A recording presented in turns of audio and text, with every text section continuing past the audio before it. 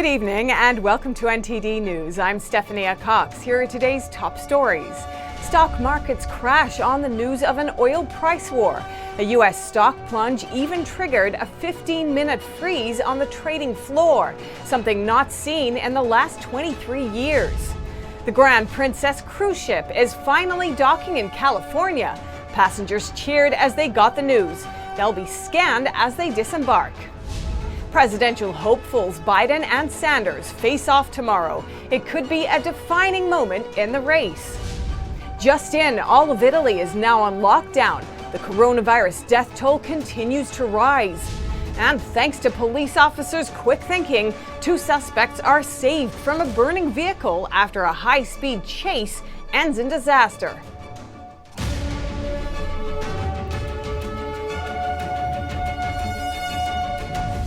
The price of oil fell today, triggered by a Saudi-Russia price war. It sent global markets into free fall, with the Dow Jones seeing its worst day since the 2008 financial crash. NTD's Kevin Hogan has more. Global stock markets plunged on Monday after oil prices fell more than any time since 1991. Saudi Arabia in a pricing war with Russia, saying it would slash its prices. High global oil prices are generally an indicator of a healthy global economy. Low prices scare investors. The stock market got hit big today because of that discrepancy going on over there between Russia and Saudi Arabia. Today is the 11th anniversary of the longest-running bull market in history. But fears over an oil price war stemming from the coronavirus have traders worried. The price war was triggered by Russia rejecting a global plan to limit oil production to counter the effect of the coronavirus. As oil prices fell, so did global markets. The New York Stock Exchange halted trading for 15 minutes on Monday morning, triggered by a 7% drop in the S&P 500. This hasn't happened in 23 years. The Dow Jones Industrial Average fell by over 2,000 points. It's that fear of the unknown that rolls this market. So I don't see any floor to this. People say, well, is this the bottom? We're down 2,000 points today. No, I don't think it's the bottom. I think it has still ways to go. Until there's a vaccine, this is going to keep happening. In reaction to the market turbulence, Health Secretary Alex Azar trying to assure investors. But President Trump is leading a whole-of-government response with the vice president helping him on the public health issues we're facing with the novel coronavirus. That is his #1 concern. In terms of the economy, he and his economic team have the tools to keep this economy going strong. In Asia, China's Shanghai Composite fell 3%, while Hong Kong's Hang Seng dropped over 4%. Japan's Nikkei sank as low as 5%. Also, Australia's ASX 200 and the Euro Stoxx 600 both lost over 7%, their biggest loss since the 2008 financial crisis. Kevin Hogan, NTD News, New York. After days waiting stuck on board, passengers on the Grand Princess cruise ship cheered as they passed beneath the Golden Gate Bridge. The ship is headed for a terminal in Oakland after it was barred from returning to a port in San Francisco due to a coronavirus outbreak on board. Passengers on board the Grand Princess cruise liner are set to disembark on Monday, after the ship was prohibited from returning to its original port in San Francisco last week. The people that already tested positive will go ashore first, as well as people that are showing symptoms. Then the Californians, which is our group. Passengers have been largely confined to their staterooms since Thursday. To help pass the time in confinement, activity kits and other miscellaneous items were passed out, but some opted for other forms of entertainment. And we've watched movies. We like Marvel movies, so we've watched quite a few Marvel movies. But according to the California Office of Emergency Services, the ship's 2,400 guests are now set to disembark. After the cruise liner reaches a nearby terminal in Oakland, they'll be screened for the virus and sent off to quarantine sites. But all 1,100 crew members are being asked to stay aboard. After the passengers vacate, the plan is for the ship to depart Oakland and remain elsewhere for the duration of the cruise quarantine. The State Department is now warning U.S. citizens not to travel on cruise ships. A notice put out by the State Department says there's a greater risk of coronavirus infection on board the ships. Passengers may get to a port that doesn't allow them to disembark. Local authorities may also decide to quarantine U.S. citizens abroad, and the U.S. government won't necessarily be able to step in to take citizens back home.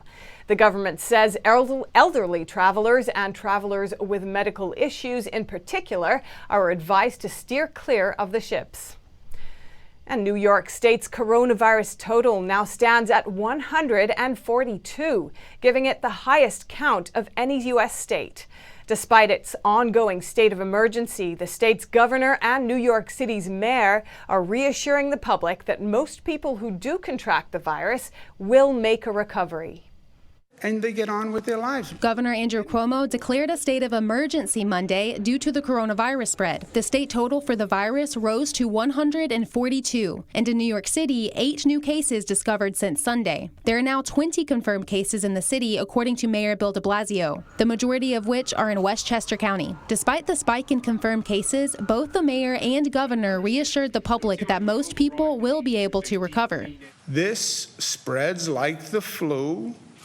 But most people will have it and they get on with their lives. Mayor de Blasio said starting tomorrow, he will focus on sharing personal stories about people who have gotten better to give the public a bigger picture of the situation. Because I want to emphasize that testing positive for coronavirus, for most people, that is just a very brief period of their life. He also gave guidance for how businesses should adjust to minimize the spread, encouraging employers to have their people work from home or allow employees to adjust their working hours to reduce rush hour crowds on the subway. We just want to spread people out as much as we can. As for how to prevent the spread in schools, Governor Cuomo announced Monday that if any student or staff member tests positive, that school is required to close for at least 24 hours. And in New York City, any public school without a school nurse will have one starting this week. Mayor de Blasio said that more cases of the virus are expected in the coming days and weeks, and measures to prevent its spread will likely last for months. Melina Weiskup, NTD News, New York. One of the most recent cases confirmed in New York is Executive Director of the Port Authority, Rick Cotton. He tested positive this afternoon. He's now self-quarantined and working remotely from home, while another is an EMS member who is the first New York City emergency responder to contract the infection. And just in, Italy's Prime Minister declares all of Italy under quarantine as the death toll continues to rise. Italian Prime Minister Giuseppe Conte said today the whole country is now under lockdown. He announced that people should not leave their homes except for work or emergencies, and added that all public gatherings will be banned. Sporting events will also be suspended. All schools and universities will remain closed until April 3rd, but public transport will remain in operation. Italy is the hardest hit country in Europe, with over 9,000 confirmed cases of the coronavirus. And as the spread of coronavirus grips northern Italy, prison riots have erupted, leaving 6 inmates dead and 2 guards taken hostage. Riots have hit prisons across Italy as a result of quarantine measures for the coronavirus. At least 6 inmates have died.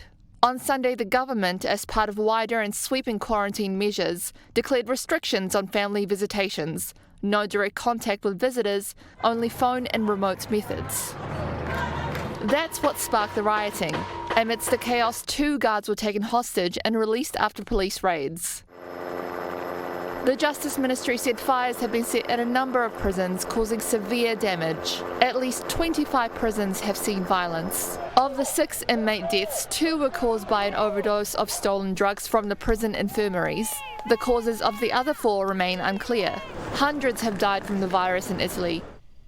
The United States has begun the process of withdrawing some of its troops from Afghanistan. According to a U.S. official, the move is part of the initial drawdown to 8,600 required by the U.S. Taliban peace agreement. There are currently over 12,000 troops there. If the Taliban meets the conditions of the peace agreement, the remaining U.S. troops are supposed to depart the country within 14 months. And tomorrow might be the landmark moment in the 2020 presidential campaign. Democratic presidential candidates Joe Biden and Bernie Sanders are facing off on Super Tuesday 2. It'll be like deja vu all over again, but not quite as big. On Super Tuesday 2, contests will be held in Washington State, Idaho, North Dakota, Missouri, Mississippi, and most importantly, Michigan, with its 125 delegates. Democratic presidential candidates Joe Biden and Bernie Sanders spent the weekend stumping. We're building a coalition.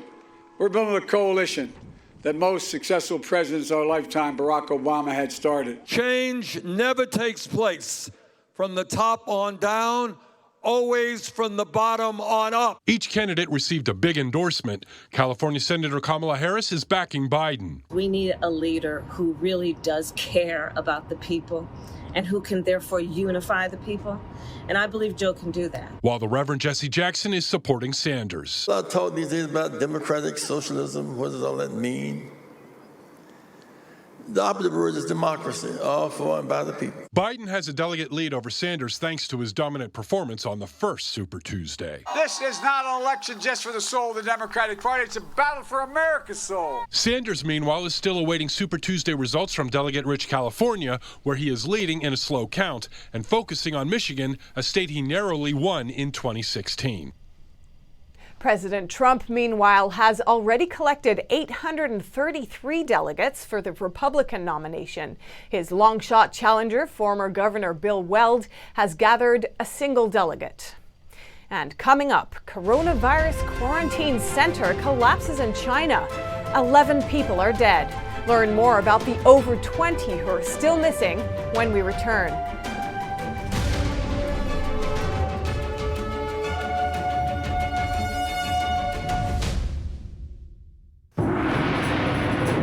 This season, take an incredible journey through 5,000 years of culture with Shen Yun. Discover why people are calling Shen Yun a visual feast, a pleasure to the ear, an epic tale, a must-see. Shen Yun, an all-new production every year.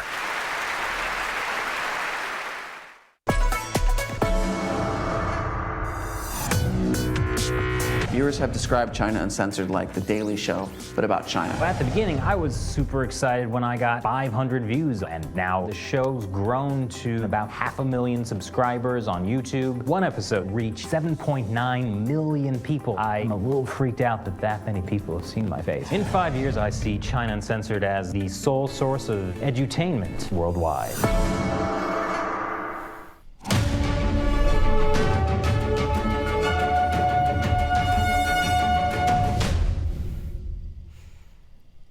Does the weather affect how the coronavirus spreads?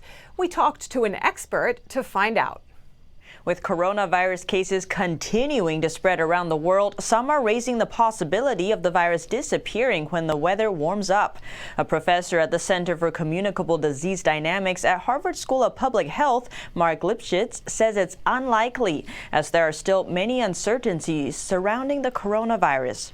In his article, Lipschitz raises two misconceptions. First, that SARS disappeared when the weather became warm in 2003. He said it was not due to the weather, but rather the strong public health interventions, such as isolation. Since the SARS patients showing symptoms were also the ones most contagious, isolation was a huge success in 2003. Secondly, some common colds caused by coronaviruses are seasonal, and many believe the novel coronavirus falls under this category and will go away in the summer. Lipschitz says that's not the case with the novel coronavirus. He concludes since it's a new virus, less of the population is immune to it, so the virus has a higher chance of spreading even in out-of-season times.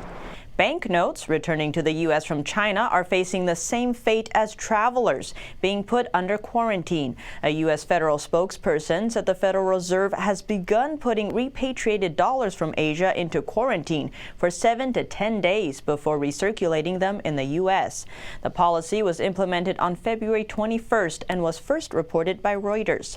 The Chinese regime last month ordered banks to disinfect cash with ultraviolet light or to destroy the cash altogether, amid fears the virus could spread that way.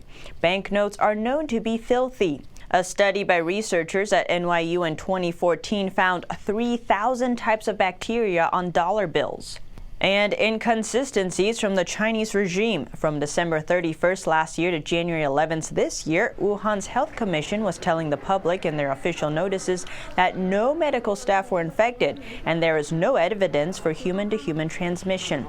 On February 14th, the deputy director of China's National Health Commission said in a press conference that there are 1,716 cases of infection among healthcare workers by February 11th. And a state TV video seems to show the Deputy Secretary General of China State Council on March 6 telling reporters, 不可否认呢，在这次大疫情发生的早期，主要是今年1月份和1月份之前啊，这个湖北省啊有超过3000名医护人员被感染，其中呢40%是在医院感染，60%是在社区。 均为湖北当地的医务人员，而且大都是非传染科的医生。 So why is there such inconsistencies in the official reports? Netizens are saying while the communist regime has finally admitted these inconsistencies, it shows they delayed dealing with the outbreak, letting it grow into a widespread disaster. A hotel in China used for coronavirus quarantine collapsed on Saturday, killing 11 people, with more left trapped. 21 people are missing. More than 70 people were believed to be inside the 7-story building in the city of Quanzhou when it collapsed on Saturday morning. Dozens have been rescued, but others remain trapped. More than 21 are still missing. 11 people have died.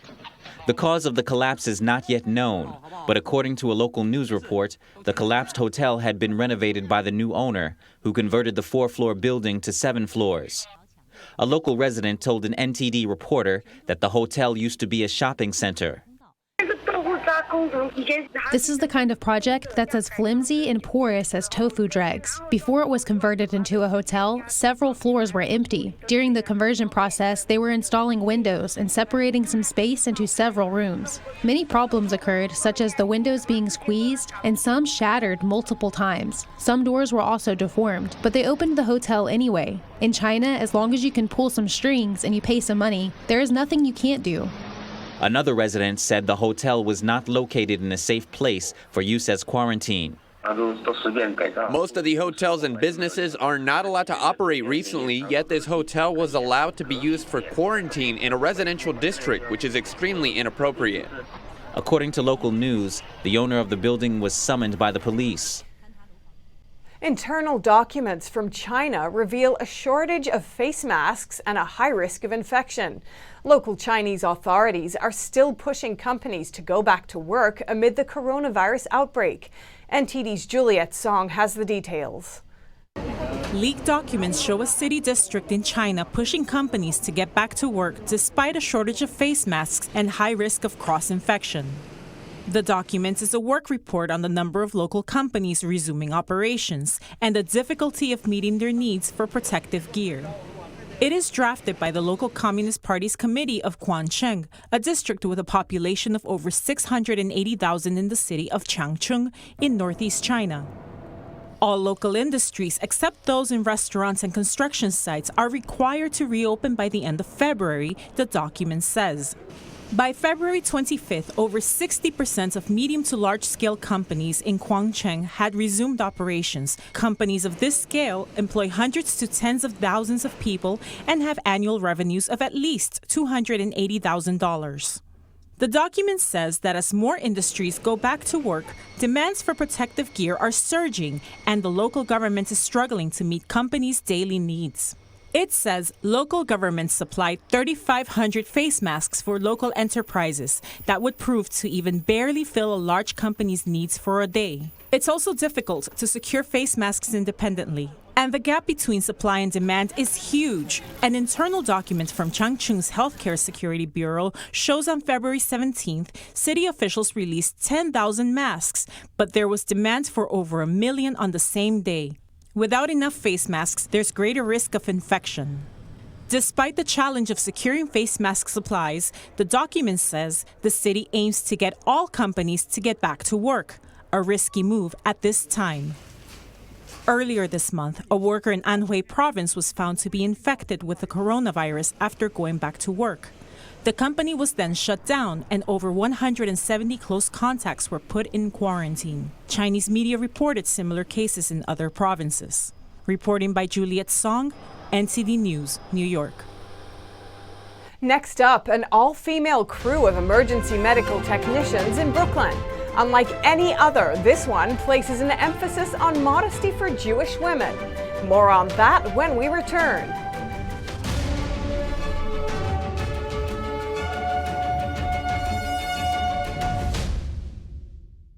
When you look at TV networks in America, a soundbite and bite-it-out culture prevails on news and commentary programs. As a Canadian, I'm fascinated with America, and I wanted to offer American thought leaders an opportunity to share their thoughts in a deep dive format where we can explore their ideas together. And so American Thought Leaders was born. The world's most brilliant thinkers believed that open discourse was the key to greatness. However, all around the world, we see that discourse is being stifled and political agendas have subverted media. The Epoch Times launched its Global Thought Leaders program to bring back this great tradition of free thought. As the host of American Thought Leaders, every week I interview some of the most intriguing minds on the most pressing issues of our time. Be sure to check out our new episodes every week.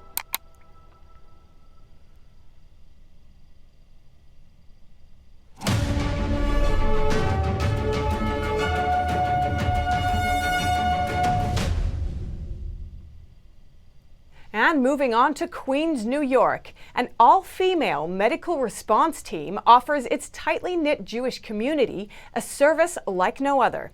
NTD's Miguel Moreno has more on Ezra's Nashim and its mission of modesty. We're behind you. We think Rachel Fryer went from being a lawyer to a judge in 2016. that was always my dream. But that's not all. In 2012, she founded Ezra's Nashim, an all-female agency of volunteer emergency medical technicians. And for years, they've been dispatched to help the women of Brooklyn's Jewish communities, all for the sake of modesty. So if you've noticed when I met you before, I didn't shake your hand.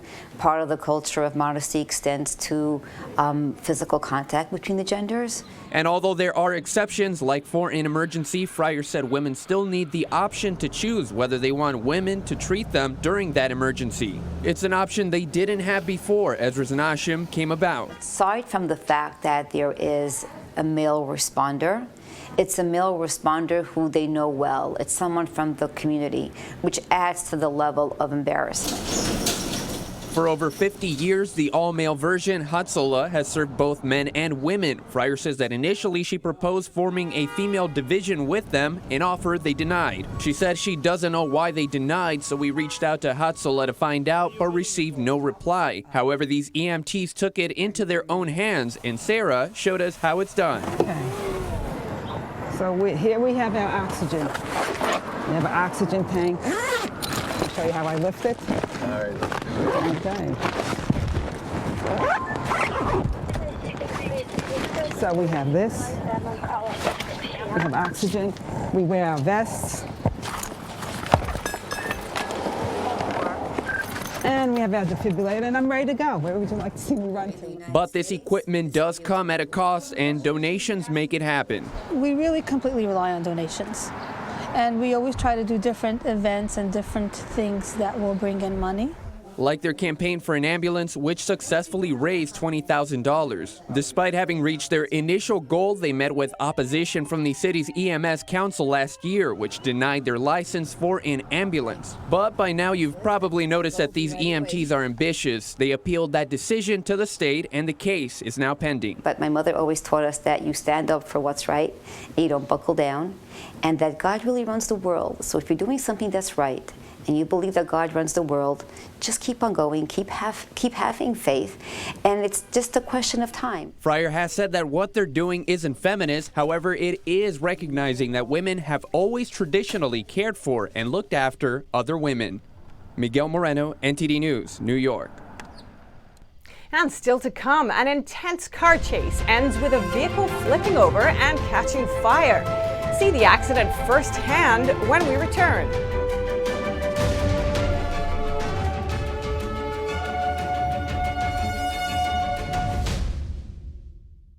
Are you tired of newspapers spinning the truth and pushing false narratives? And are you looking for honest coverage of Spygate, the true story of collusion? Or the truth behind the crisis at our southern border? Or how the Chinese Communist Party is working to subvert America and our way of life? Then you need to check out the Epoch Times newspaper. It's independent, nonpartisan, and it doesn't push any political agendas. Just go to readepoch.com and try it yourself for a full month for just $1. You'll absolutely love it. Our investigative reporters at the Epoch Times have spent 18 months uncovering the biggest political scandal in modern history. We connected the dots around Spygate, the actions by Obama-era officials against Trump's 2016 presidential campaign. Join me on Declassified as we bring you up-to-date developments on this unfolding scandal.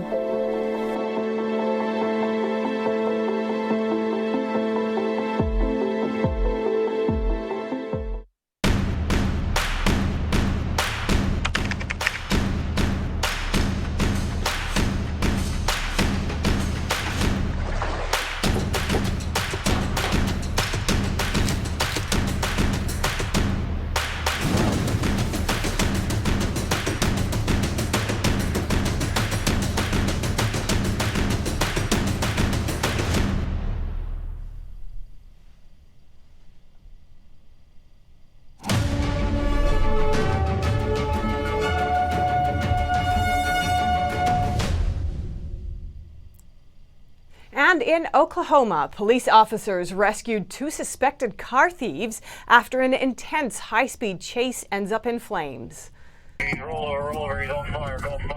In the city of Enid, Oklahoma, 2 teenage girls suspected of theft were driving away from law enforcement at high speed. The chase ended with their car flipping over and catching fire. When the police caught up to them, their task changed from a pursuit to a rescue mission. After arriving at the crash site, police officers immediately got to work with one goal in mind: to get the suspects out of harm's way. Body cam footage shows an officer leaping onto an SUV and then striking the car's windows with his baton. While trying to make an opening, an officer can be heard calling for the fire to be put out. Thanks to their quick action, the rescue was successful. Immediately after, the 2 women were taken into custody. Police said they were treated at hospitals before being charged for their crimes. And that's all for today's news. Thanks for tuning in. I'm Stephanie Cox.